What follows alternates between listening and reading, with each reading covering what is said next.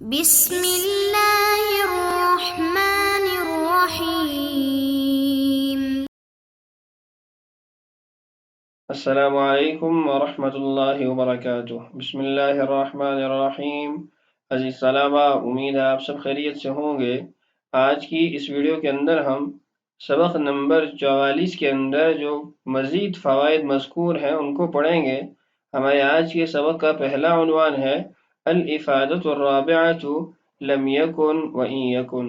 افادہ number 4 لم یکن اور ان یکن۔ اس قاعدے کے اندر ہم اس بات کو جانیں گے کہ اس باب کے صیغوں کو بعض اوقات ہم دیکھتے ہیں کہ اس کے آخر سے نون ساقط ہو جاتا ہے، تو اس نون کے ساقط ہونے کی وجہ کیا ہے۔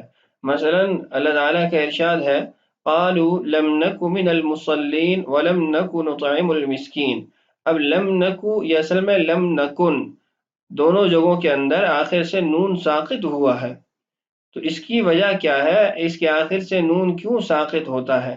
تو اس کے اندر عام صرفیین کا تو یہ کہنا ہے کہ یہ شاذ ہے، یعنی بغیر کسی قاعدے کے اور بغیر کسی ضابطے کے اس کے آخر سے نون ساقط ہوتا ہے، جبکہ صاحب کتاب کے استاد کا یہ کہنا ہے کہ یہ شاذ نہیں ہے بلکہ اس کا قانون ہے، ایک ضابطہ ہے، ایک اصول ہے۔ وہ قانون اور ضابطہ یہ ہے، ہر وہ نون جو فعل ناقص کے آخر میں واقع ہو اس کا حذف کرنا جائز ہے جب اس پر کوئی جوازم میں سے عامل آ جائے، یعنی ایسا عامل آ جائے جو اس کے آخر کو جزم دے رہا ہو، سکون دے رہا ہو، تو اس کو حذف کر دیا جائے گا۔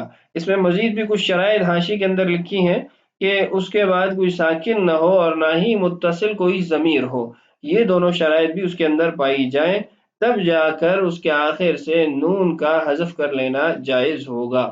تو ہر وہ نون جو فعل ناقص کے آخر میں واقع ہو، اس کے بعد ضمیر متصل نہ ہو، کوئی ساکن حرف نہ ہو، تو اس صورت کے اندر اس کے آخر کو حذف کیا جا سکتا ہے، یعنی نون کو حذف کیا جا سکتا ہے۔ اس پر سوال یہ اٹھتا ہے کہ کیا اس فعل کے علاوہ کوئی اور بھی اس کی نظیر ہے، مثال ہے جو اس قاعدہ میں داخل ہو؟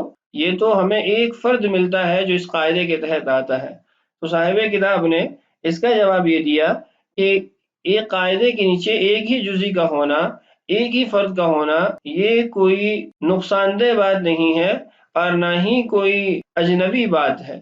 تو پھر سوال اٹھتا ہے کہ کیا اس جیسا کوئی اور قاعدہ بھی ہے جس کے تحت ایک ہی فرد ہو، جس کی ایک ہی جزئی ہو؟ تو صاحب کتاب کہتے ہیں کہ لفظ اللہ کے بارے میں محققین کا جو قول ہے کہ حرف ندا جب اس پر داخل ہوتا ہے تو باوجود معرفہ ہونے کے اور ابتدا کے اندر حمزہ وصلیہ ہونے کے، حرف ندا جب لفظ جلالہ کے ساتھ بولا جاتا ہے تو اس کی ابتدا کے اندر جو حمزہ وصلی ہے وہ حمزہ قطعی بن جاتا ہے۔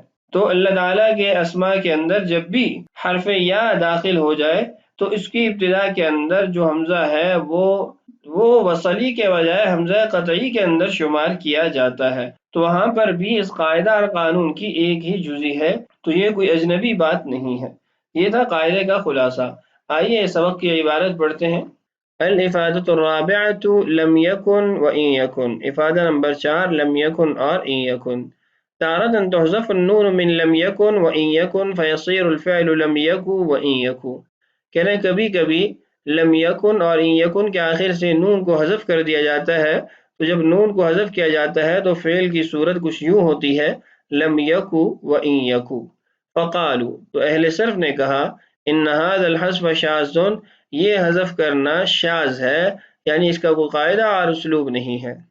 ولیکن قال الاستاذ، لیکن استاد رحمہ اللہ نے فرمایا ان ھذا لیس بشاذ بل له قانون، یہ شاذ کے قبیل سے نہیں ہے، اس کا قانون ہے، اور قانون یہ ہے، قاعدہ یہ ہے وهو ان كل نون واقعة في آخر الفعل الناقص يجوز حذفها حين دخول الجوازم عليها۔ قاعدہ اور قانون یہ ہے کہ ہر وہ نون جو فعل ناقص کے آخر میں واقع ہو، جب بھی اس پر کوئی جزم کا عامل داخل ہوگا تو اس کے آخر سے نون کو حذف کیا جا سکتا ہے، اس کا حذف کرنا جائز ہے۔ میں نے آپ سے ذکر کیا ہے کہ یہاں دو شرطیں اور بھی ہیں کہ اس کے بعد کوئی ساکن حرف نہ ہو اور نہ ہی کوئی ضمیر متصل ہو۔ مع ان هذه القاعدة منحصرة في فرد واحد، باوجود اس کے کہ یہ قاعدہ ایک ہی فرد پر مشتمل ہے، اس کے تحت ایک ہی جزئی ہے۔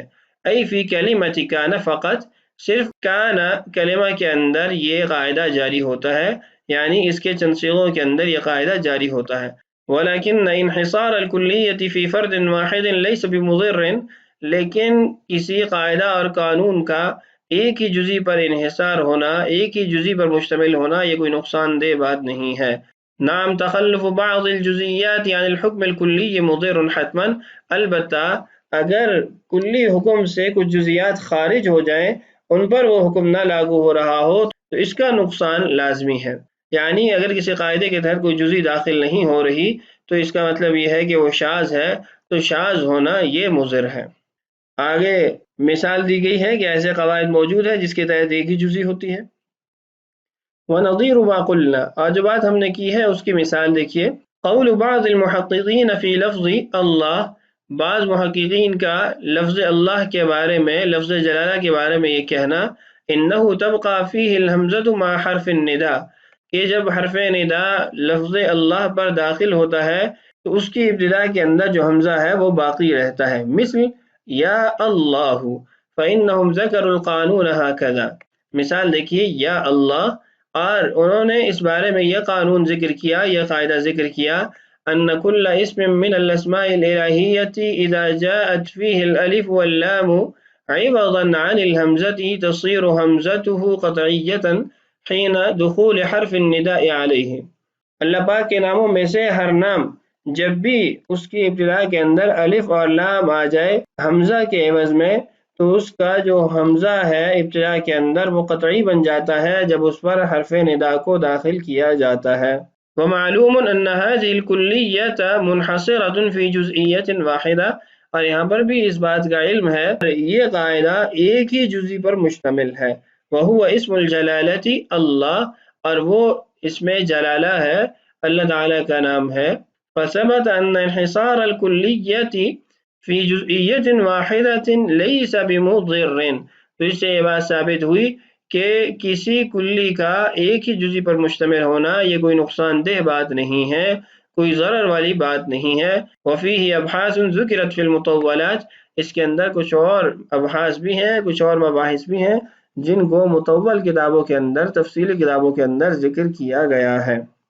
یہ جو اوپر عبارت گزری ہے اذا جاءت فیہ الالف واللام عوضا عن الحمزۃ، اس کا مطلب یہ ہے کہ لفظ اللہ اصل میں الہن تھا، الہن کی ابتدا میں جو حمزہ ہے اس کے عوض کے اندر اس کو ختم کر کے الف اور لام لایا گیا، اور یہ الف اور لام جب اس پر حرف ندا داخل ہوتا ہے تو باوجود یہ وصلی ہونے کے ساقط نہیں ہوتا، بلکہ حرف ندا کے داخل ہونے کے ساتھ قطعی ہو جاتا ہے۔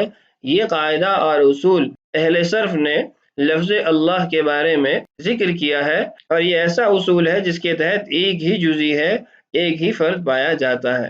تو آج کی اس ویڈیو کے اندر ہم نے افادہ نمبر 4 کو اچھے طریقے سے پڑھا۔ اگلی ویڈیو کے اندر انشاءاللہ افادہ نمبر 5 اور مناقشہ کے جو سوالات ہیں مختصر طور پر ان سے گزریں گے، کیونکہ جوابات ان کے تفصیل کے ساتھ اسباق میں گزر چکے ہیں، پھر اس کے بعد انشاءاللہ یہ کے بعد دیگرے بقیہ جو افادات ہیں ان کو مکمل کریں گے۔ تو آج کا ہمارا سبق مکمل ہوا۔ اللہ تعالیٰ سے دعا ہے اللہ تعالیٰ ہمارے لیے اسباق کی تکمیل آسان فرمائے، اللہ تعالیٰ ہم سب کا حامی و ناصر ہو۔ السلام علیکم ورحمۃ اللہ وبرکاتہ۔